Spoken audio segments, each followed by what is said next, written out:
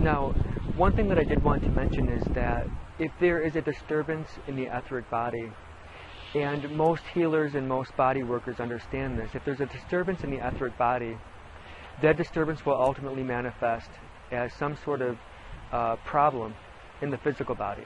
Now, earlier, when I was talking a little bit about sexual dysfunction, for instance, sexual dysfunction is really a manifestation of energy that is inhibited or no longer mediated through the sacral chakra. I've seen this in several different cases that I personally had in the clients who've come to see me, where after performing a reading for them or during a reading, I see that they are no longer mediating energy through the sacral center. And so that lets me know that they are basically, in most instances, suffering from sexual dysfunction. There seems to be it seems to be a pretty constant relationship. Okay. Now, there are other issues that can arise, but this is the biggest one. Now, when there is a disturbance in the etheric body, that can be corrected, and I should have said that a little bit earlier.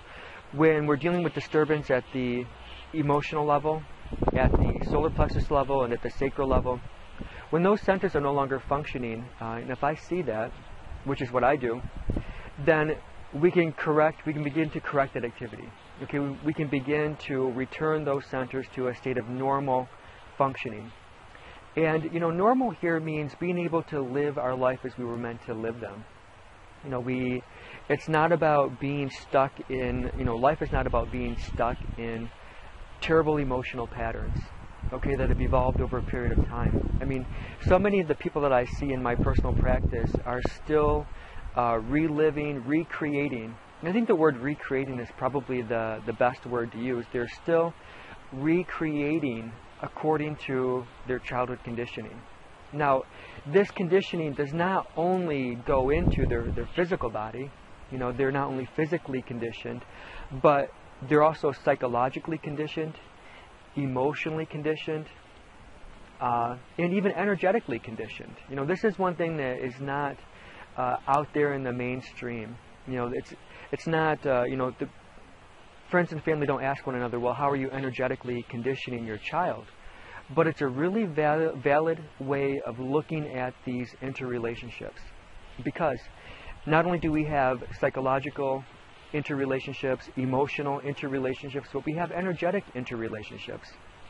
And these energetic relationships are really foundational to who we are going to be, especially in our formative years. And I'm going to say our formative years being, in fact, the first 6 to 12 months of life. These, from my perspective as a psychic, as a medical intuitive, and as a healer, these 6 to 12 months are the most crucial in the development of the energetic body, and they will determine the individual's energetic tendencies throughout the rest of his or her life, unless they're dealt with.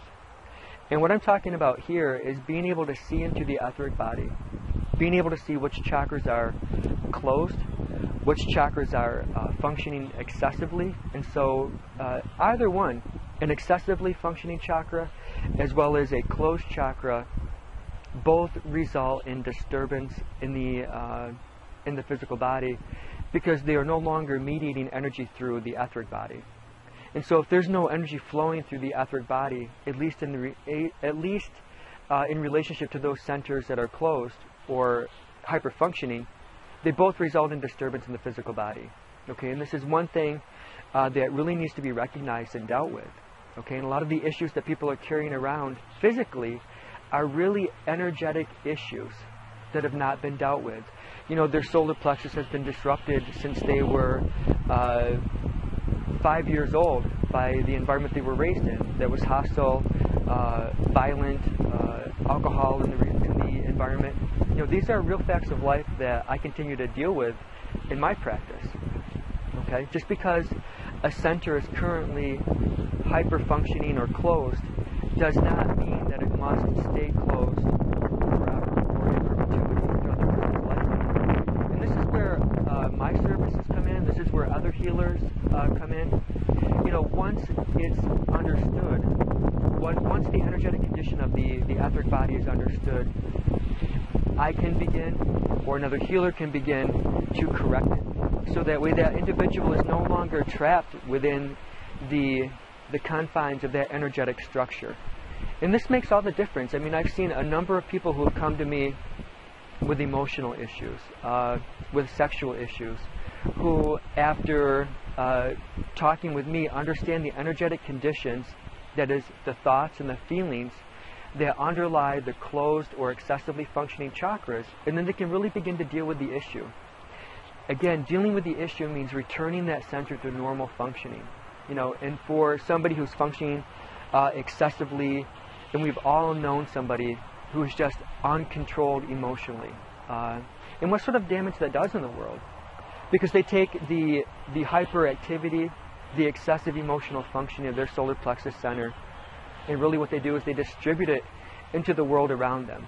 They inject their feelings into you, into their neighbors, their friends, their family, and every time you see them, you know what's coming.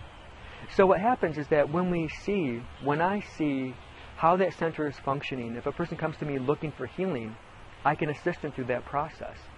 Oftentimes it's just a matter of recognizing what condition the center is in, what condition the emotional center is in, what condition the sacral center is in, and then beginning to open if it's closed, or begin to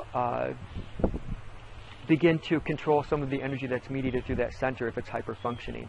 Now, sometimes it can be treated with something as simple as a meditative practice.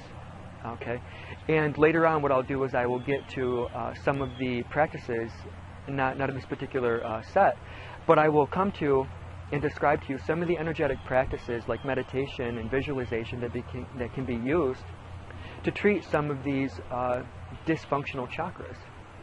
And I've helped people return to a state of normalcy in terms of their emotions. I've helped people overcome sexual dysfunction, which is a huge one. Especially in relationships. People, if they're not functioning at the same energetic level, then there are normally problems in the relationship. Again, we've all dealt with somebody, I believe, who has not been functioning well at an emotional level. And so we experience that daily, weekly, monthly, yearly, until, in fact, it becomes a part of our energetic structure and makeup. So what I wanted to share with you is that just because the centers are disrupted, that is closed or excessively open or hyperfunctioning, as I call it, does not mean that they have to stay in that condition. Again, as those centers mediate or do not mediate energy through the surrounding physical tissue, again, because that body does underlie and give rise to the structure of the physical body. If those energies are not mediated, the physical body does not receive the energy that it needs, or it receives too much. And so each one creates disturbance, or I should say each state or condition of the etheric chakra does create disturbance in the physical body. Again, some of those disturbances that I've seen are fibroids, sexual dysfunction, infertility, fertility issues, stomach issues, digestive issues, in extreme cases. Well, it creates disturbance here between these two particular centers. And so, it's really good to understand where you're functioning, what condition your body's in. You can almost gauge by looking at your physical anatomy, your physical body, and understanding where its weak spots are. Are your legs weak? Is your stomach weak? How's your digestion? How is your sexual activity? And just by looking at your physical body and how it operates on a daily basis, you can begin to see what state or condition your etheric chakras are in, which underlie your physical activity. Okay. Now, as we proceed to move further into some of the diagrams and conversations, what I'll do is I will elaborate some of the scenarios, the readings that I've done in the past, what I've seen in regard to the chakras, and what we've done to bring back the proper functioning. Okay, but what I wanted to communicate in this particular setup is just because a chakra is not functioning properly, because it's in a hyper-functioning or a closed state, does not mean that it must remain in that condition.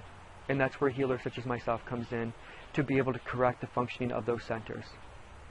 So again, as we move along, I will draw diagrams and bring other things to your attention that will help you in being able to see your own energy patterns so that way you can correct them and bring them back to a state of normal functioning.